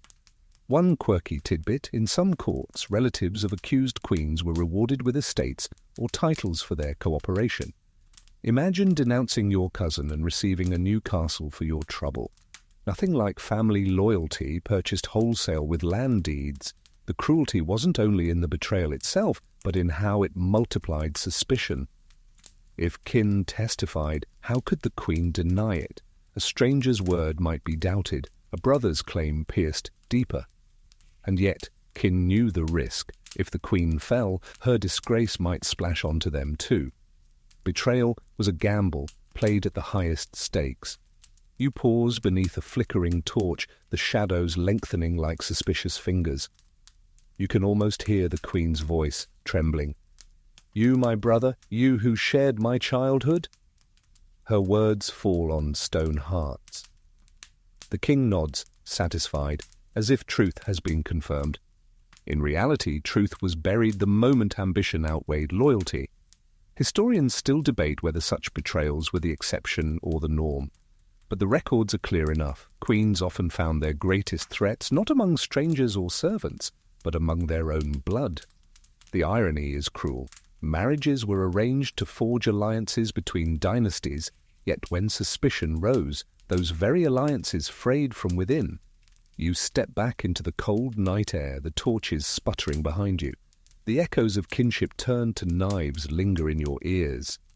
And you realize, in the brutal theatre of medieval justice, betrayal by family was the sharpest cut of all. Because it wasn't only the Queen's crown that fell, but her trust in the very people who once called her their own. The night air chills your skin, but soon another sound cuts through the silence, the rustle of parchment, the clink of a wax seal. You follow it into a chamber where clerics bend over desks, quills scratching furiously under candlelight. Here, power shifts from sword to script, papal letters intervening in a queen's disgrace. Picture the scene. The king, fuming with suspicion, has already staged raids and trials. Yet before he delivers the final blow, a courier arrives, dust on his boots, clutching a scroll marked with the seal of Rome. The papal letter is unrolled, its Latin phrases winding like chains around the council.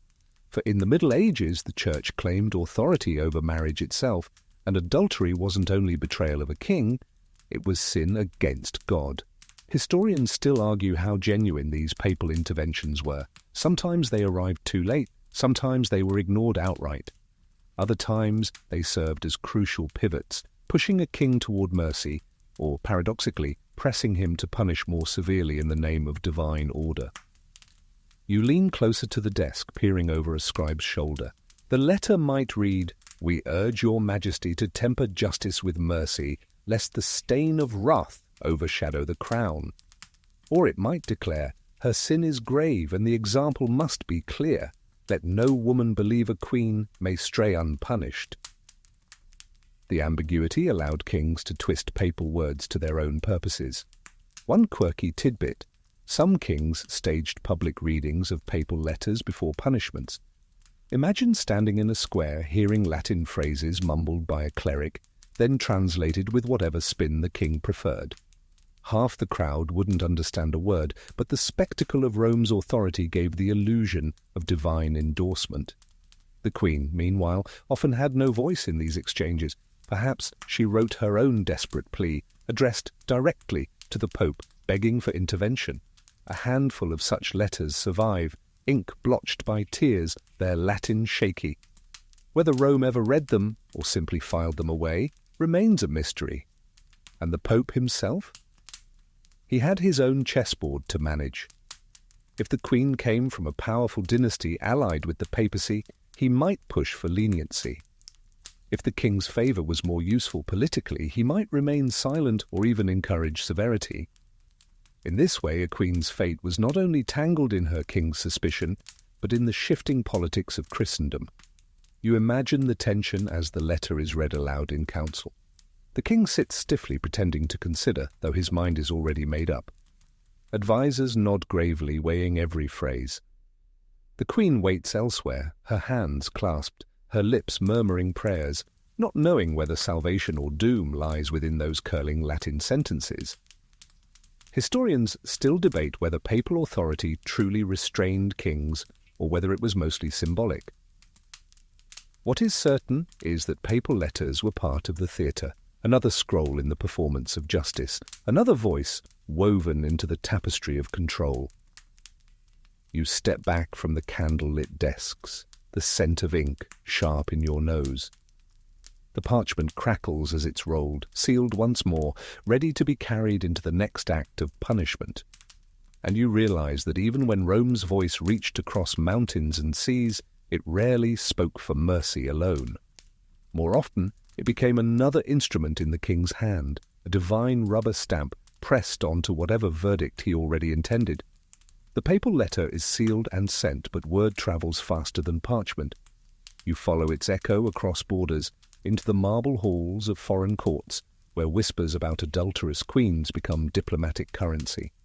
Here, in gilded chambers and smoky banqueting halls, foreign monarchs lean close to their advisers, savouring every sordid detail. Imagine the scene in Paris, London, or Prague. A courtier strides in, bowing low, and announces, "Have you heard? The English Queen stands accused of betrayal." Instantly, fans flutter, goblets pause mid-air, and conversation buzzes like a hive disturbed. For every rival kingdom, a queen's downfall abroad was delicious news, proof of instability, fodder for gossip, and sometimes opportunity to renegotiate alliances. Historians still argue how much these stories were believed versus how much they were exploited. Was a French king truly scandalized by his English counterpart's suspicions, or did he simply use the scandal as leverage in trade negotiations? Either way, the fall of a queen rarely stayed within castle walls. It spilled across borders like spilled ink, staining entire dynasties. You picture ambassadors scribbling letters home. Some wrote with solemn gravity, describing treason most foul. Others laced their reports with glee, their quills almost smirking as they noted, "Her disgrace brings great advantage to us." Monarchs used this information like cards in a game, pressing enemies when weak, dangling offers of marriage to replace fallen queens, or spreading rumours further to fan the flames. One quirky tidbit: in Renaissance Venice, the Council of Ten, their shadowy intelligence body, collected gossip about foreign queens almost as carefully as trade data. To them, a scandal wasn't just salacious, it was strategy, a potential crack in the armour of rival powers. Imagine Venetian spies whispering about royal bedchambers in the same breath as grain prices. And of course, gossip wasn't confined to noble lips. Merchants carried tales along trade routes, monks copied them into chronicles, and minstrels turned them into songs. By the time the story reached distant lands, it often grew more lurid. A single suspected affair might become 5 lovers, secret pregnancies, even sorcery. Truth shrank, rumour ballooned, and foreign courts delighted in the inflation. You can almost hear the laughter of a king abroad, raising his goblet. "So the mighty house of Burgundy cannot keep its queen in line." Every whisper chipped away at a dynasty's prestige. Alliances that once rested on marital ties wavered. A king's bargaining power at treaties lessened. Because in the chessboard of medieval Europe, A scandal in one court was a tactical opening in another. Historians still debate whether queens were more victims of this international gossip or pawns deliberately sacrificed in broader strategy. But one fact remains: once rumours crossed borders, they became weapons wielded by enemies. You stand in a grand hall abroad, tapestries glowing with candlelight, and feel the weight of foreign eyes dissecting the scandal. To them, the fallen queen isn't just a woman. She's leverage, a bargaining chip, a story to tell with sly smiles over roast boar. And you realize the punishment of adulterous queens didn't end at home. Their disgrace rippled outward, weaving through Europe's courts like wildfire, reshaping alliances and feeding the endless appetite for royal weakness.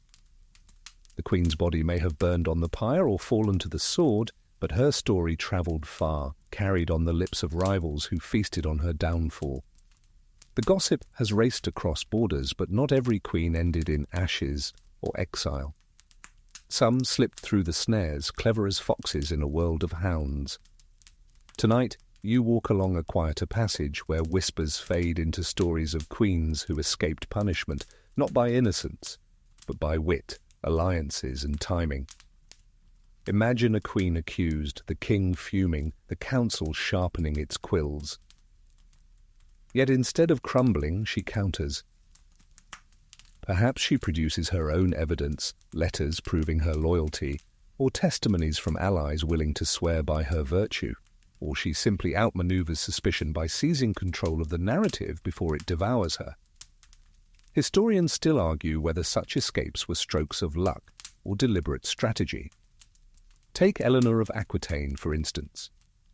Though she was imprisoned by her husband Henry II, it wasn't for adultery, but rebellion. Yet throughout her long, tangled life, accusations of infidelity hovered at the edges. She dodged them all, surviving to wield power as queen and later regent. Was it luck? Or was she simply too politically indispensable to destroy? Some queens leaned on powerful families. If her kin commanded armies or vast lands, a king might hesitate to punish her too harshly. The scandal could be managed, spun as rumour, buried in the dust of other events. In such cases, survival wasn't about innocence, it was about leverage. One quirky tidbit: in 15th century Aragon, Queen Maria was rumoured to have flirted too openly with certain courtiers. Rather than punish her, King Alfonso shrugged it off, perhaps because he was more devoted to his mistress than to appearances.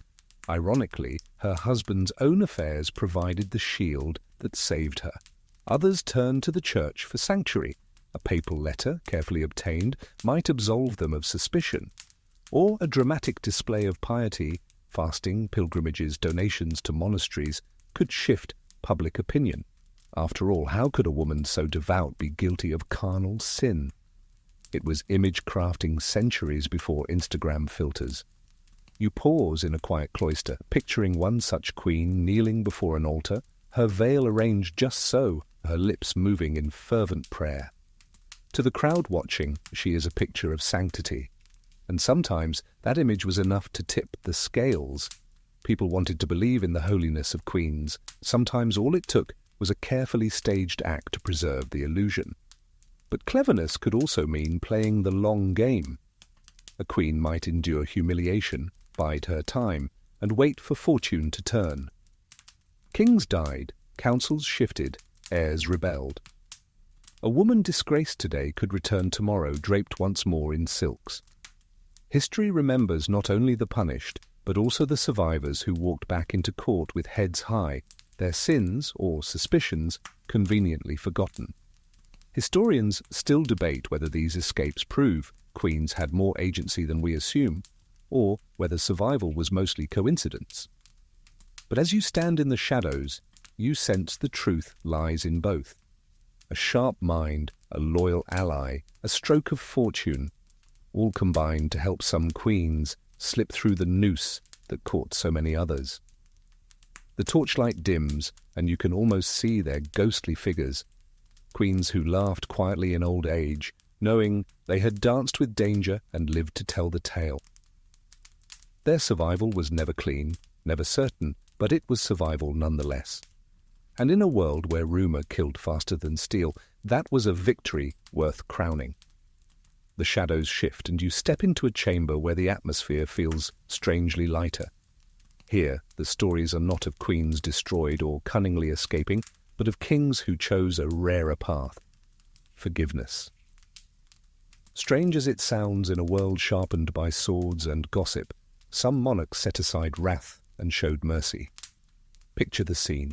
The queen kneels before the throne, her veil damp with tears, her voice trembling as she pleads. Courtiers wait, eager to see fury unleashed. But instead of thunder, the king lifts his hand and says, "Rise." Gasps ripple through the hall. Mercy is not what they expected. Historians still argue why such pardons occurred. Was it love, genuine affection that overrode suspicion? Was it politics, alliances too valuable to break?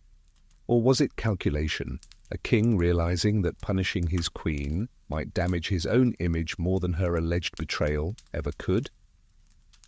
Whatever the reason, forgiveness was as shocking as fire. One famous example hovers on the edge of history: King Philip IV of France, whose daughters-in-law were accused in the Tour de Nesle scandal. While two were imprisoned brutally, one, Blanche of Burgundy, was eventually restored to favour after years of confinement. It wasn't quite full forgiveness, but it showed that royal punishment could bend. Historians debate whether Philip regretted his severity or simply needed to patch his family's honour for political optics. Sometimes forgiveness came quietly. A king might ignore rumours, dismiss testimony, and declare, "I trust my queen."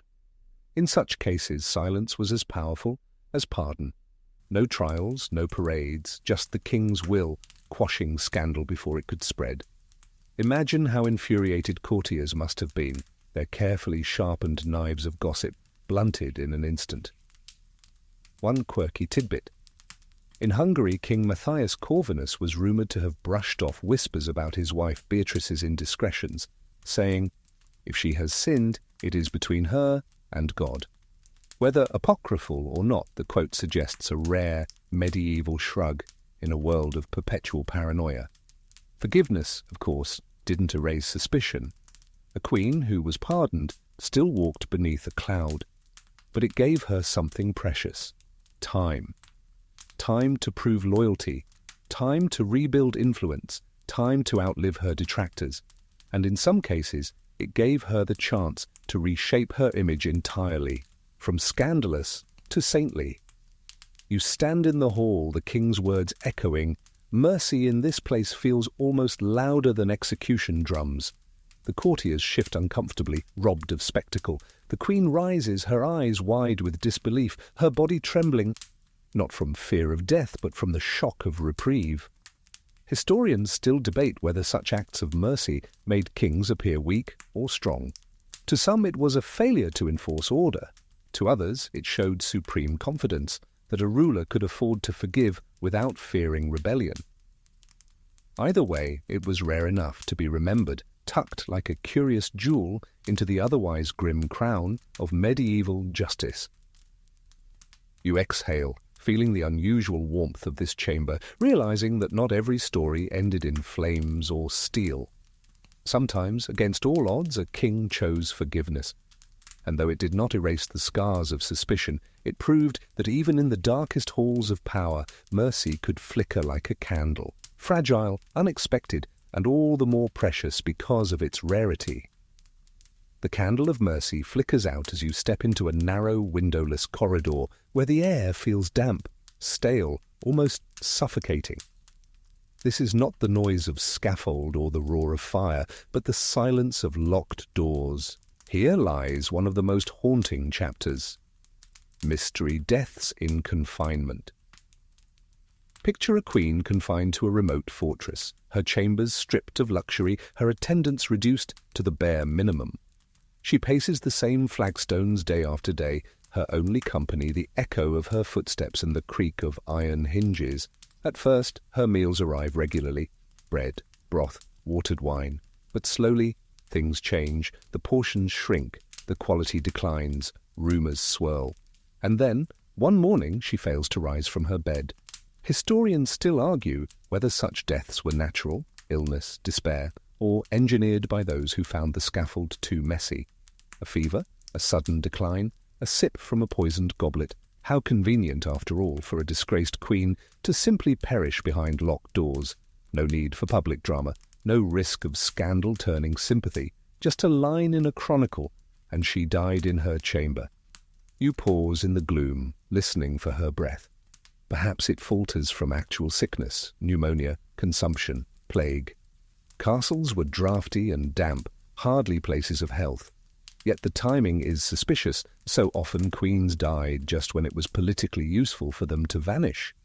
One quirky tidbit: some chronicles mention queens falling from windows during confinement, accidents that sound suspiciously like defenestration with a nudge.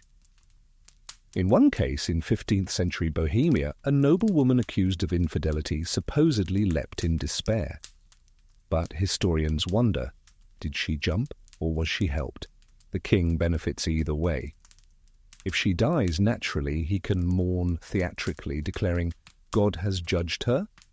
If she dies mysteriously, he can shrug, denying involvement, while quietly celebrating the removal of a problem. Meanwhile, her story fades into half-whispered legend, fueling debates for centuries. You imagine standing outside the barred door of her chamber. Inside, the queen lies pale on her bed, her veil askew, her lips cracked. Perhaps she mutters prayers, perhaps curses, perhaps she clutches her cross so tightly that the wood digs into her palm. And then the silence deepens, the breath stills. The guard outside yawns, unaware, or unwilling to say, that history has just turned. Historians still debate which queens died of misfortune and which of malice.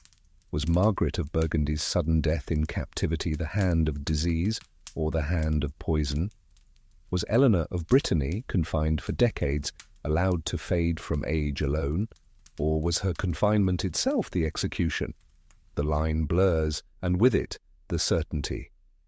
You step away from the barred door, the damp pressing against your skin, and realize the cruel irony. Public punishments destroyed a queen's dignity, but private deaths erased her altogether. No scaffold, no fire, no crowd, just silence, suspicion, and a body lowered quietly into the earth. And perhaps that is the harshest fate of all. Not to be remembered as martyr or traitor, but to dissolve into mystery, leaving behind only whispers and the lingering question, did she die of God's will or the king's? The silence of confinement fades, and you find yourself stepping into a great hall, warmed not by fire, but by music. Lutes pluck softly, voices murmur in rhythm, and you realize you've entered a different kind of record, the world of song and story. For even when queens perished, their memory lived on in verse. Tonight you hear the ballads of sorrowful queens. Picture a wandering minstrel, cloak frayed at the edges, standing in a crowded tavern. His fingers trace the strings of his lute as he sings of a queen betrayed, accused, and undone. The melody is mournful, the words embroidered with pathos. The crowd listens, some wiping tears, others muttering about the cruelty of kings. In this way, a queen's fall transformed into legend, reshaped by music that travelled farther than any royal decree. Historians still argue how much truth these ballads contained. Were they faithful echoes of events, or romanticized tales designed to stir pity and earn coin? Probably both. But once a story entered song, it no longer belonged to history. It belonged to memory, retold across villages, shaping how people imagined queens long after the chronicles had gone dusty. You step closer to the minstrel, hearing his voice rise. She walked in silk, now she walks in chains. The rhyme is simple, but effective. For peasants who never saw a palace, the queen's story becomes morality play and tragedy rolled into one, and sometimes the king emerges as villain, his cruelty immortalized in stanzas sung beside hearths for decades. One quirky tidbit: in Scotland, songs about Mary, Queen of Scots, painted her as both tragic heroine and dangerous temptress, depending on the singer's politics. A single figure could be sainted in one village and condemned in the next. The power of the ballad lay in its flexibility, bending to the mood of the crowd. And the songs didn't stay in taverns. They were sung in marketplaces, hummed in kitchens, whispered by shepherds on lonely hillsides. The stories outlived the facts, turning disgraced queens into symbols. Some became martyrs of love, others warnings against pride. Either way, their voices echoed long after their bodies had turned to dust. You move further into the hall, where noble ladies also listened to these songs in more polished form, played on harps in candle-lit chambers. Here, the queen's tragedy becomes art, her sorrow softened into poetry, her disgrace painted as doomed romance. It's strange, isn't it? The same story that ended her life is now entertainment, a melancholy backdrop to a banquet. Historians still debate whether these ballads reflected genuine public sympathy for queens or simply fascination with scandal, but their persistence suggests something deeper. People wanted to believe that even queens with their jewels and crowns suffered as they did, loved unwisely, endured betrayal, wept in silence. The songs made royalty human. The music fades, but the words linger in your ear like smoke. Her crown was bright, her heart was true, yet sorrow claimed her all too soon. You realize then that while kings punished their queens with fire and steel, the people resurrected them in song, ensuring that their voices, if not their bodies, endured. And sometimes that immortality was its own quiet revenge. The minstrel's song drifts into silence, and you follow its echo into another chamber, not filled with music, but with the scratch of quills and the rustle of parchment. Here history itself is being written, though not as an impartial record. This is the realm of chroniclers whose sharpened quills cut nearly as deep as swords. Imagine a monk hunched over a desk in a scriptorium, candlelight pooling on vellum. His task? To record the fall of a queen. He dips his quill, writes carefully, and, perhaps unconsciously, perhaps deliberately, adds a flourish here, a judgment there. What should be plain fact becomes narrative. A glance turns into a guilty smile. A rumor transforms into certainty. And once written, the page outlives both queen and king. Historians still argue how much of these chronicles we can trust. Were they accurate reflections of events, or moral lessons dressed as history? Many chroniclers wrote with agendas, some loyal to the king, others to the church, others simply chasing drama that would make their manuscripts more memorable. Neutrality was rare. You lean over a manuscript, reading lines that drip with moral judgment. She betrayed her lord as Eve betrayed Adam, and thus ruin came upon her. The queen is no longer a person, but a symbol, a warning against female desire, a scapegoat for political failures. It's less about what she did and more about what the chronicler wants future readers to believe. One quirky tidbit, some monks added marginal doodles, yes, actual little drawings, of queens with devil horns, or lovers sneaking through windows. These tiny sketches were satire in ink, a medieval meme mocking disgraced royalty. Imagine centuries later, scholars poring over these manuscripts, half horrified, half amused. And the chroniclers had power. Their words reached not only monasteries but courts, libraries, and eventually universities. What they recorded became the official version, repeated until no one remembered the nuances. A queen might have been innocent, but if the chronicle painted her guilty, then guilty she remained, in memory, if not in fact. You picture the queen's face fading from flesh into ink, her story now carried in lines of Latin script, her pleas, her tears, her humanity, boiled down into a sentence, and thus she was condemned. Cold, final, irrefutable. The sharp quill has done what the sword began. Historians still debate whether some chroniclers secretly sympathized with queens. Hidden between lines of judgment, there are sometimes small slips, phrases like, "She was much loved by the people," or "Her beauty was renowned." Perhaps these were sparks of compassion that survived the censorship of fear. You stand back, watching the scribes bent over their desks, the air thick with ink and dust. Their silence is deceptive. With each stroke of quill, they are shaping how centuries will remember, or misremember, the queen's life. And unlike the scaffold or the pyre, which ended in a moment, the chronicler's words endure for ages. The lesson is heavy. The queen might have endured raids, trials, and humiliation, but her true sentence was written here, in books that would outlast her bones. And as you let the scratch of quills fade into the night, you realize the cruelest truth. Sometimes the deadliest punishment wasn't death itself. It was being rewritten forever as history's villain. You step out of the scriptorium, leaving behind the monks and their quills, and wander into the ruins of something more tangible. Here the stones themselves whisper.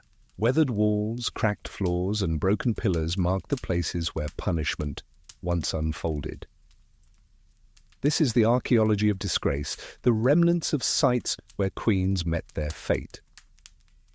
Imagine walking through a crumbling courtyard in a French fortress. The grass grows tall where a scaffold once stood. Locals point to a patch of uneven stone, insisting it was stained by royal blood.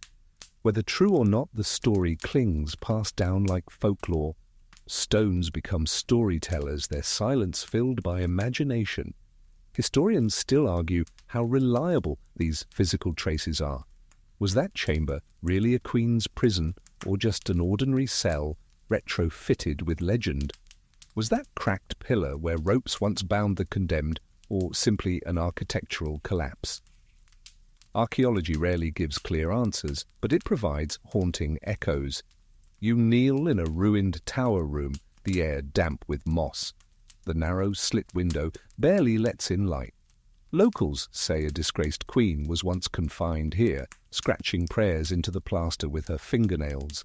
And sure enough, faint marks remain on the wall, illegible but human. The scholars debate authentic plea or later graffiti. Either way, the scratches endure as a mute testimony. One quirky tidbit: in some castles, guides still display what they claim to be queen's tears, calcified drips of lime or mineral that hardened along dungeon walls. Tourists stare in awe, imagining droplets shed centuries ago, though scientists gently note they're just geological formations. Still, the romance of the tale keeps the myth alive. Archaeology sometimes uncovers more direct evidence too. In the ruins of medieval kitchens, fragments of fine tableware have been found, suggesting that imprisoned queens still dined from silver long after they'd lost their crowns. In contrast, skeletal remains found in shallow graves sometimes reveal broken bones, grim reminders of punishments hidden from chronicles but etched forever in bone. You step carefully across uneven stone, listening as guides in your imagination tell stories. Here is where the queen's procession ended. Here, the convent wall where she lived out her shame. You run your hand along the cold masonry, feeling grooves worn by centuries of retelling. Historians still debate whether these physical traces clarify truth or deepen mystery. But for visitors, the ruins do something more intimate. They let you stand where queens once stood, breathe the same damp air, and wonder how much of the legend is stone and how much is story. The wind whips through the broken archway, carrying a faint chill. You sense the ghosts of punishment lingering, not in bodies or words now, but in the very fabric of walls and ground. The archaeology of punishment does not shout. It murmurs, half forgotten, half believed. And as you step into the overgrown courtyard, weeds brushing your legs, you realize that time itself has become the last executioner. Not even queens, nor their punishments, escape the slow erosion of stone and memory. Yet still in cracks and ruins their whispers survive. The ruins fade into darkness, but the whispers do not stop. Instead, you find yourself in a room filled with voices not of monks or courtiers, but of scholars in modern dress, historians bent over books, their spectacles flashing in the light of library lamps. For centuries have passed, yet the debate continues. This is the realm of modern historians, where fact and fiction wrestle endlessly over adulterous queens. You pull up a chair at their long oak table. Piles of manuscripts, translated chronicles, and half-burnt letters are scattered before them. One historian insists she was guilty. The evidence is clear. Another shakes her head, muttering, "No, this was propaganda, a smear to rid the king of an inconvenient wife." The arguments loop back and forth, fueled by coffee now instead of mead, but no less heated. Historians still argue whether queens like Anne Boleyn, Margaret of Burgundy, or Catherine Howard were truly guilty of infidelity, or whether their reputations were destroyed for political expedience. The absence of definitive evidence is both maddening and irresistible, ensuring that every generation rediscovers the stories and reshapes them in new lights. You glance at a parchment on the table. A scholar points out the contradictions. One chronicler swore he saw a queen slip into the garden with her lover. Another insisted she was in chapel at the same hour. Which account is true? Both? Neither? History, it seems, thrives on the gaps. One quirky tidbit: in the 19th century, Victorian historians often painted medieval queens as romantic heroines, undone by passion, because that narrative suited their own era's fascination with tragic women. In contrast, some modern historians emphasize power politics, suggesting queens were pawns in dynastic struggles. Each era rewrites the queens to suit its own needs. You listen as another historian sighs, "We will never know for certain." Yet the uncertainty is the point. The debate itself keeps these women alive in memory, their stories re-examined, their punishments questioned. Was the king jealous or calculating? Were the trials genuine or staged theatre? Did the people pity the queen or cheer her downfall? Every answer shifts with new interpretations, like light bending through stained glass. The scholars argue late into the night, their voices rising and falling like a medieval choir. You hear the rustle of pages, the scratch of pens, the soft click of laptops. In this modern scriptorium, the queen's fate is never sealed. Each new study reopens the case, resurrecting her from ashes, forcing us to ask, guilty woman, innocent victim, or something more complicated? You lean back in your chair, realizing that even centuries later, the punishment of adulterous queens remains unresolved. Not because we lack evidence, though we do, but because history itself is less about certainty and more about story. Each scholar becomes another chronicler, sharpening a modern quill, adding another layer of interpretation to tales that refuse to die. And perhaps that is the truest punishment, or legacy of all. A queen's body may have burned, her head may have fallen, but her reputation is forever on trial, caught between fact and rumour, truth and imagination, debated as fiercely today as it was beneath candlelight centuries ago. The debate of scholars drifts into a softer hum, and you step into a chamber filled not with quills or ruins, but with the weight of ideas. Here the punishments of adulterous queens unfold not as gossip or spectacle, but as windows into the deeper machinery of medieval society. This is where lessons in power and gender reveal themselves, quietly, insistently, in the cracks between stories. You pause before a long table, scattered with relics, a veil, a broken seal, a scrap of charred wood. Each object whispers the same truth. Queens were punished not only for betrayal, but for daring to disrupt the fragile order built around men. In a world where kings ruled by divine right, queens embodied obedience, chastity, and continuity. To falter was not merely personal, it threatened the ideology that kept crowns on heads and peasants in fields. Historians still argue whether punishments reflected genuine outrage at betrayal, or whether they were carefully staged performances to reinforce patriarchal order. Perhaps both. For what better way to remind the realm who held power than to publicly strip it from the very woman who symbolized virtue at the heart of the dynasty? You step closer to an imagined throne room. The king sits tall, his advisers murmuring at his side. The queen kneels below. The message radiates: even queens must bow, even queens can fall. And by extension, every woman in the realm knows her place. The spectacle was as much about disciplining gender as it was about punishing betrayal. One quirky tidbit: in some sermons delivered after such scandals, priests compared unfaithful queens to mythical beasts, sirens, harpies, even dragons. The imagery was ridiculous, but it worked, hammering home the idea that female desire was monstrous if unchecked.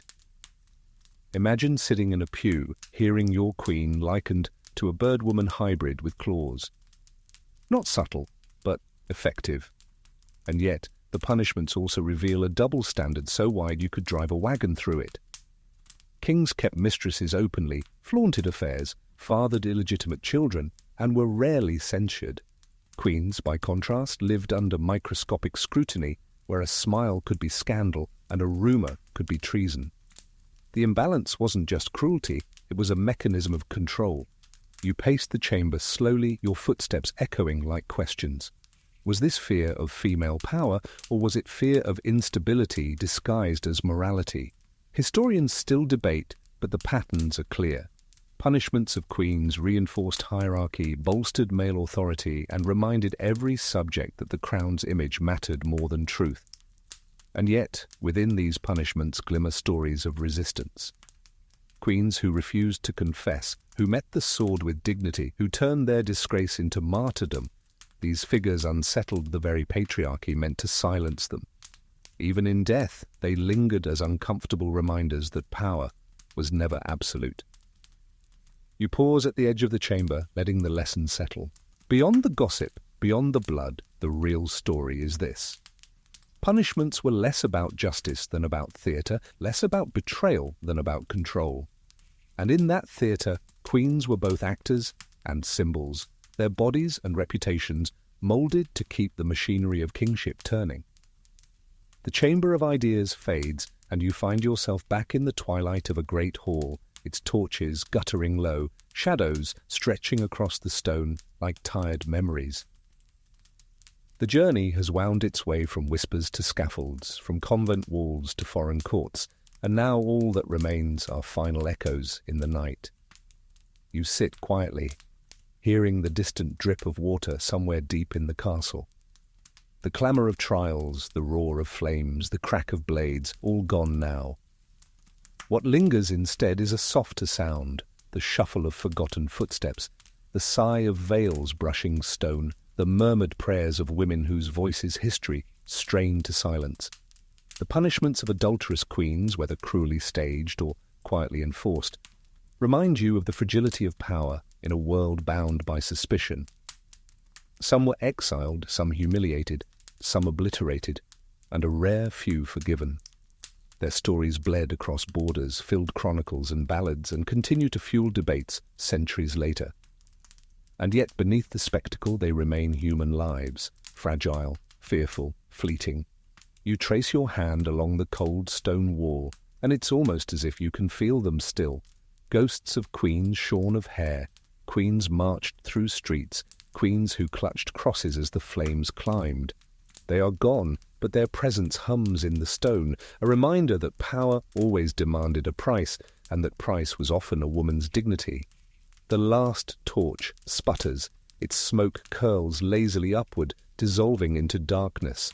Around you, the great hall empties until only you remain, surrounded by silence thick as wool.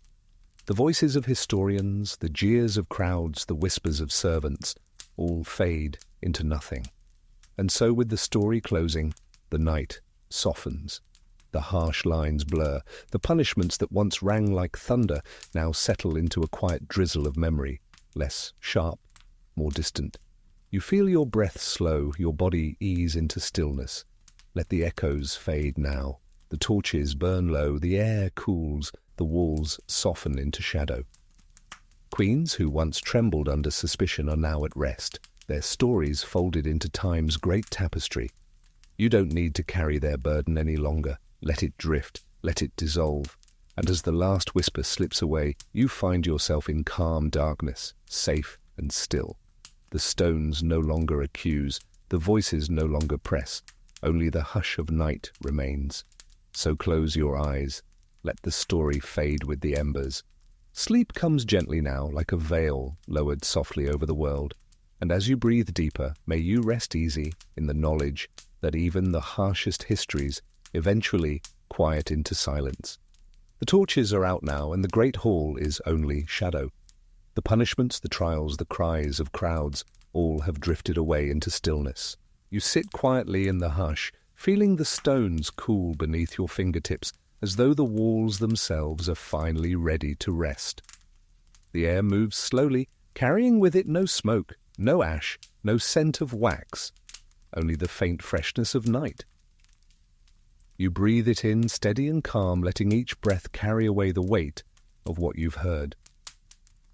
In the darkness, all the edges of memory soften, the harshness of fire and blade dissolving into something gentler, quieter. Imagine the ruins now, not filled with noise, but with birds nesting in crumbled towers, ivy winding patiently across forgotten walls.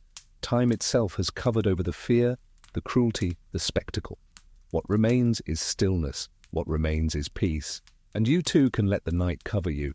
Each thought drifts further away, like embers lifting into the air, glowing faintly, then fading into the dark. Each worry loosens its grip, falling silent as the stones. You are safe here, wrapped in quiet, in calm, in rest. Let the story fade, let the echoes fall silent. The queens who once trembled are gone, and their burdens need not be yours.